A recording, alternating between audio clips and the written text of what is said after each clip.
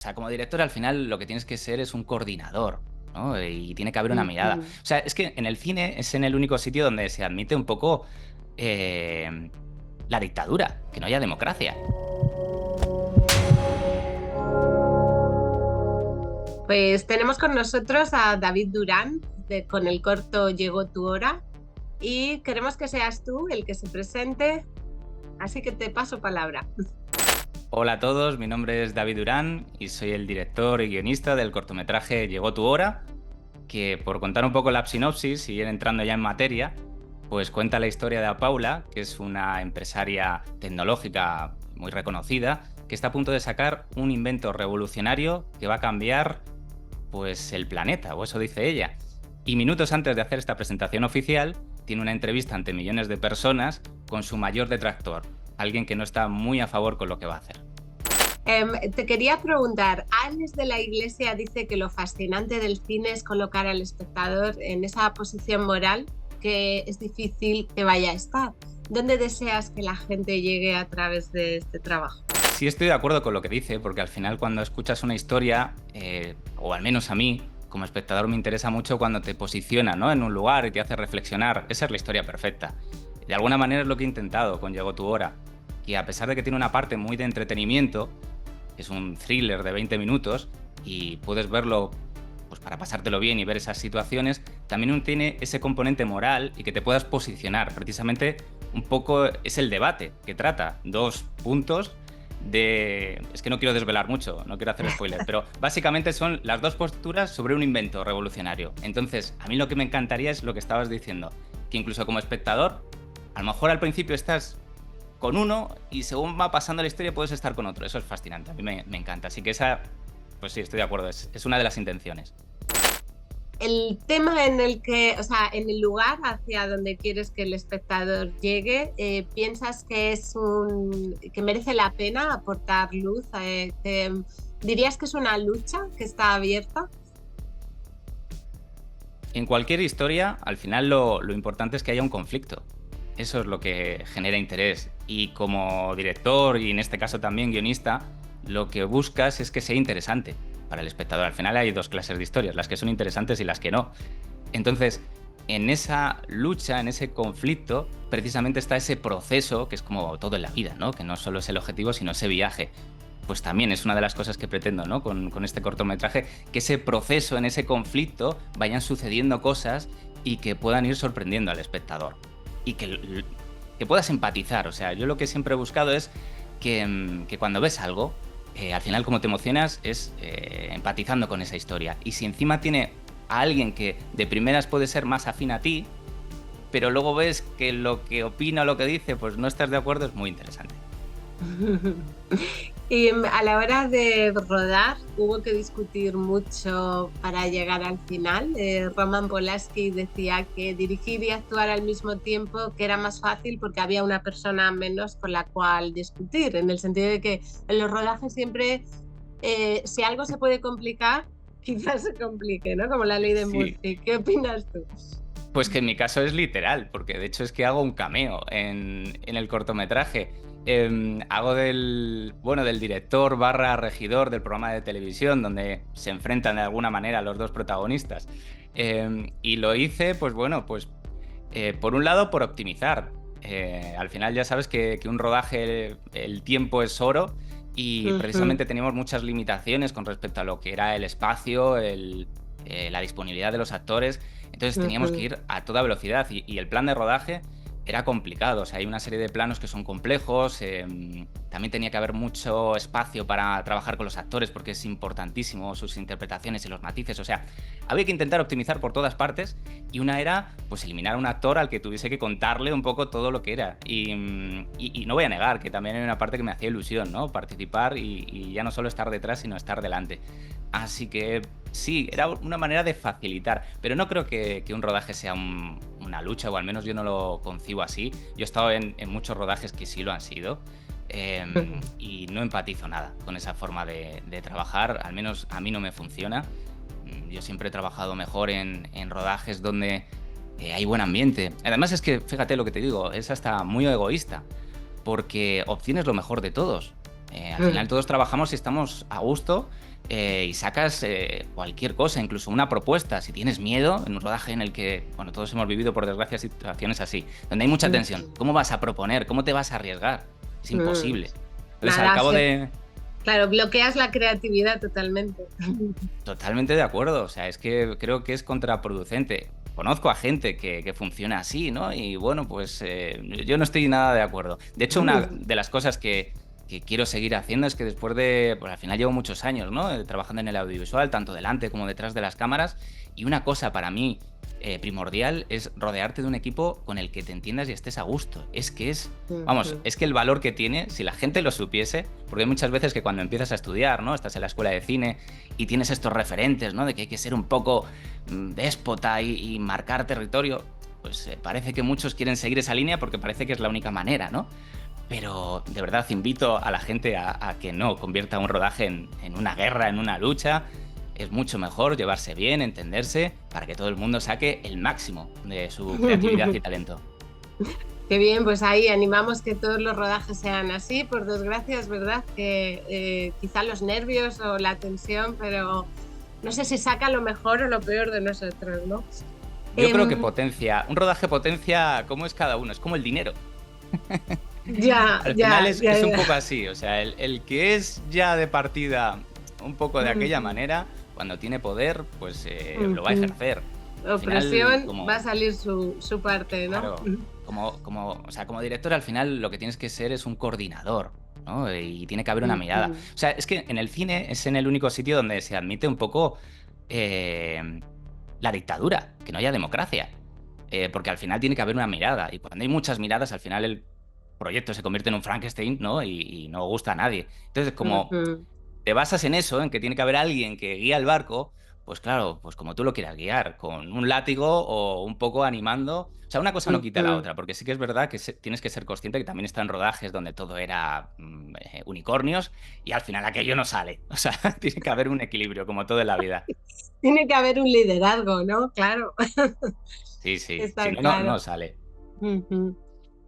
¿Este corto es producto de tus obsesiones o de tus aprendizajes? Que ya decía Alejandro González que cualquiera puede hacer una película, pero que lograr una buena historia era abrir una guerra a muerte contigo mismo y que por eso le daba mucho miedo cada vez que tenía que empezar una.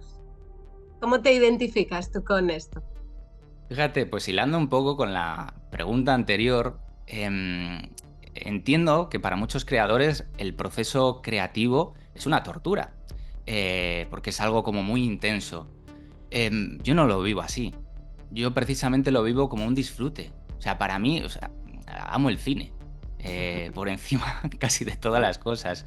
Entonces, el poder ejercer los diferentes procesos es que lo disfruto como un crío. O sea, en la parte del guión, donde tienes libertad absoluta, la parte del rodaje, me encanta trabajar con los actores, incluso la parte de postproducción, donde estás terminando de armar, ¿no? Tu hijo, es muy bonito. Entonces, yo siempre, es un poco lo que te decía, retomando la pregunta anterior de que en un rodaje tiene que ser tortuoso y un proceso, y si no estás sacando eso de ti es que no estás sacando el máximo potencial, no lo creo. Yo creo que la creatividad está no tanto en la libertad, porque muchas veces cuando tenemos mucha libertad nos podemos perder, pero sí en disfrutar de ese proceso. Y cuando hablas sobre qué escribes, al final escribes sobre cosas que te interesan, te inquietan o quizás te obsesionan. A mí, por ejemplo, no puedo negar que una de las cosas que más me obsesionan en la vida es la muerte, que además es un tema universal y que golpea a todos por igual. Y cómo procesar, ¿no? todo lo que conlleva lo que es la muerte en este caso. Entonces, por una serie de sucesos personales que me fueron sucediendo, al final es reflexionar sobre eso y ver otras maneras. Y en un mundo tan tecnológico como en el que estamos, ver qué se podría hacer, ¿no? Y cómo aunar estos dos mundos que me interesan mucho, por decirlo así, el de mis obsesiones con el de la tecnología, contar una historia y un poco retomando también el principio, viendo tu posicionamiento ante esos cambios. Al final lo que me emociona mucho es cuando vivimos un cambio. Por ejemplo, en Japón, estuve currando en Japón y cambio y crisis utilizan la misma palabra y es un proceso muy bonito. Como, o sea, al final la evolución, el proceso precisamente del cortometraje es un momento en el que hay un cambio disruptivo. ¿Cómo las personas se adaptan a eso? Es súper interesante ver ese momento. Ante un mismo cambio, que diferentes personas pueden actuar de forma totalmente opuesta, cuando los dos pretenden el mejor camino, ¿no? Entonces, eso es lo que me interesa mucho. El tema que te decía, desde luego, desde tus obsesiones, el tema del aprendizaje por todo lo que he ido viviendo y cómo afrontan, ¿no?, este tema, el de la muerte, con diferentes culturas, qué lugar ocupa la tecnología también ahora ahí. Bueno, todo esto en una coctelera, ¿no? Y entonces, lo que te decía, es un proceso fantástico, creativo, y a partir de ahí trabajar y juntarte con gente con talento que encima lo lleve más lejos. Sí, sí, la verdad es que yo he visto el corto y es fenomenal los melones que Gracias. abre, cuántas historias, cuántos debates en uno solo y cómo depende de cómo te posiciones, lo puedes ver como oportunidad o lo puedes vivir como gran resistencia, ¿no? Ese cambio al que te refieres. Ujú. Claro, es que, bueno, gracias por lo que dices, las palabras hacia el cortometraje. Sí, o sea, el cambio es una cosa que, o sea, fíjate, al final em, son las dos miradas, ¿no? De abrazar el cambio, de asumirlo y de sacar lo mejor de él. Porque mira, por ejemplo, también de todo lo que es la tecnología siempre se saca el lado malo, ¿no? El lado catastrófico de Ujú. futuros distópicos, ¿no? Donde todo va a ser Sí. horrible. Bueno, es que tienes que asumirlo, tienes que asumir que vivimos en una época donde va a haber grandes cambios disruptivos. Y a mí me encanta vivir una época donde vamos a ser los primeros en tantas cosas. Entonces, igual que a mí me sucede eso, hay muchas personas donde dicen, pero bueno, toda la vida he estado haciendo las cosas de una manera y ahora me lo cambias. Entonces, pues bueno, pues eh, quiero decir, o sea, al final nos toca vivir esa época. Es como cuando estaba estudiando, ¿no? Que fíjate, ya tengo más años que un bosque. Entonces, cuando estaba empezando a estudiar temas audiovisuales, claro, estaba justo en ese momento donde de alguna manera estaban los últimos coletazos, fíjate, de la moviola. Y entonces en la clase siguiente de repente tenías algo sobre cine digital, tal. Y entonces había gente que le volaba la cabeza aquello. Gente que veía que no se adaptaba, ¿no? Y decía, pero si eso no es cine, tal. Pues bueno, pues al Ya. final con la tecnología pasa eso. Y lo que hablas tú de abrir los melones es eso, es que hay tantas posibilidades, hay tantas maneras de disfrutar, ¿no? De lo que está por venir, que yo lo quiero abrazar, aunque no deja de ser un thriller, como te decía. O sea que, bueno, pues tiene un poco de todo. Muy bien. Te quería preguntar, porque nosotros, el Festivu también está lleno de cambios. Este año casi no nacemos, estamos hablando de la muerte, pues casi morimos. Y bueno, por suerte estamos aquí, estamos resistiendo y vamos a irnos a un espacio un poquito más reducido, pero bueno, con mucha ilusión para seguir trabajando en lo que nos gusta, en dar esa herramienta, ese trampolín a vuestros trabajos, que además hay detrás muchísima ilusión, muchísimo entusiasmo. Y te quería preguntar si Festigu para ti era una palabra que te sonaba o acabas de descubrirlo. No, desde luego era un festival, quiero decir, es como te decía, al final son muchos años ya en esto, o sea que lo conozco desde, ¿por cuánto lleváis? ¿Como 20 años? O Sí, este será el 22. fíjate, 22 años.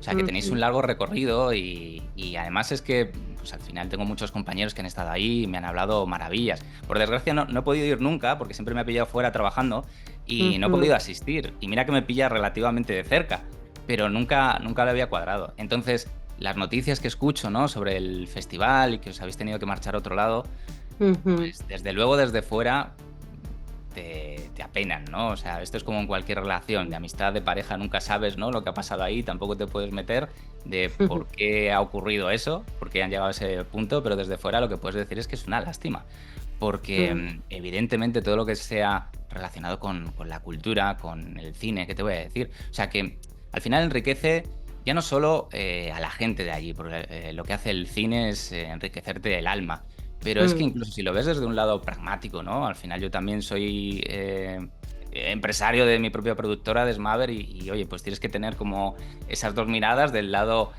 más artístico, creativo y el lado pragmático, económico. Pero es que si lo miras así, al final es que estás haciendo que mucha gente vaya a la ciudad, estás beneficiando a todos los negocios, incluso a los pequeños negocios, que siempre son los que hay que apoyar, que se benefician de todos los que vamos para allá Y entonces, por muchas razones, me parece muy poco comprensible que se niegue algo así. Otra cosa es que me dijeseis que hacéis 47 millones de festivales todas las semanas, entonces diría, oye, pues dejar espacio para los demás, ¿no? Pero Mm, siendo algo con una trayectoria, además calificador para los Goya, o sea, que habéis alcanzado un estatus. Entonces, desde luego es una lástima y lo único que espero es que, pues bueno, en un futuro no sé si os podréis volver a entender. Y si no, oye, si os han recibido con los brazos abiertos en otro lugar, en Azuqueca, pues al final hay que estar donde te quieren. Y mm, si ahí es donde os quieren, a tope con ello y a sacarle el máximo partido. Y lo que hablábamos del cambio, pues oye, al final no sabes si algo es bueno o malo hasta que no pasa el tiempo. Y eso lo sabes con los años, ¿no? Que algo que parecía horrible, pues luego cuando mm. miras para atrás dices, pues espérate, que encima no es que no fuese malo, es que fue bueno, porque fue una oportunidad precisamente para ir a otro sitio o arriesgarnos o tomar otra serie de decisiones disruptivas que a lo mejor no habría tomado. Entonces, por aquí, pues bueno, siempre intento ver el lado positivo de las cosas de manera constructiva, así que os animo a hacerlo y, oye, pues mucho ánimo. Pues nada, un abrazo muy grande y estamos en contacto.